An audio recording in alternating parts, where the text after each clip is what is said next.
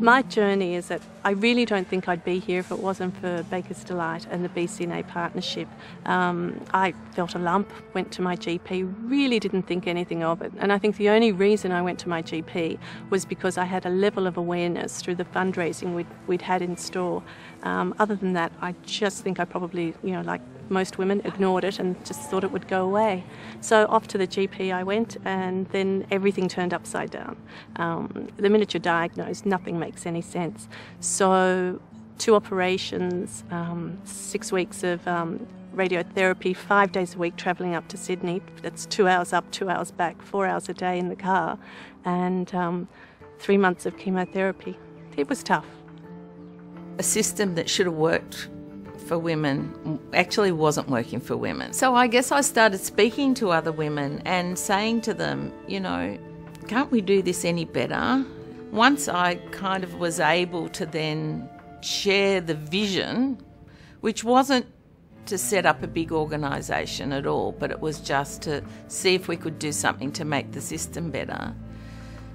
Women rallied and they came on board. It rang a bell with them. Well, it's evolved from 2 people working out of one office trying to do good work to a very strong organisation standing on its own 2 feet with a large number of women either being employed there or volunteering, and so their reach across Australia has grown from being small and effective to much larger and effective. After a long break, I'd gone back to teaching school, and the first week back in school, I discovered an area of my breast that was different, and so I went and had it checked out. I was told to call the doctor the next day and talk some more about next steps. And when I rang, the doctor's receptionist said that he wasn't available to talk to me, but that my test results were in and I could have them if I wanted to. And I thought, beauty, good. And she said, I'm sorry to have to tell you your test results are positive.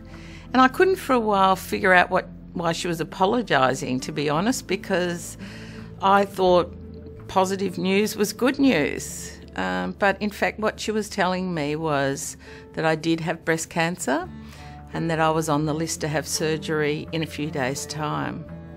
Of course, that came as a complete shock to me. And the first thing I thought about were my kids, and that the fear that there was a big dark shadow over their lives and maybe that they would grow up without a mother. In fundraising, there's an old saying that people give to people, not to causes. And that's so true of the relationship with Baker's Delight and BCNA. It's our people giving to their people, and vice versa, that we get a lot out of the relationships in terms of satisfaction, emotional satisfaction, to say, well, we're making a difference. We don't just bake bread and delight our customers, we want to delight the women who have gone through this horrible journey of breast cancer. Our BCNA partnership is a very, very special relationship with us. We believe that the partnership that we have is something that we should treasure and take hold of and take real ownership of.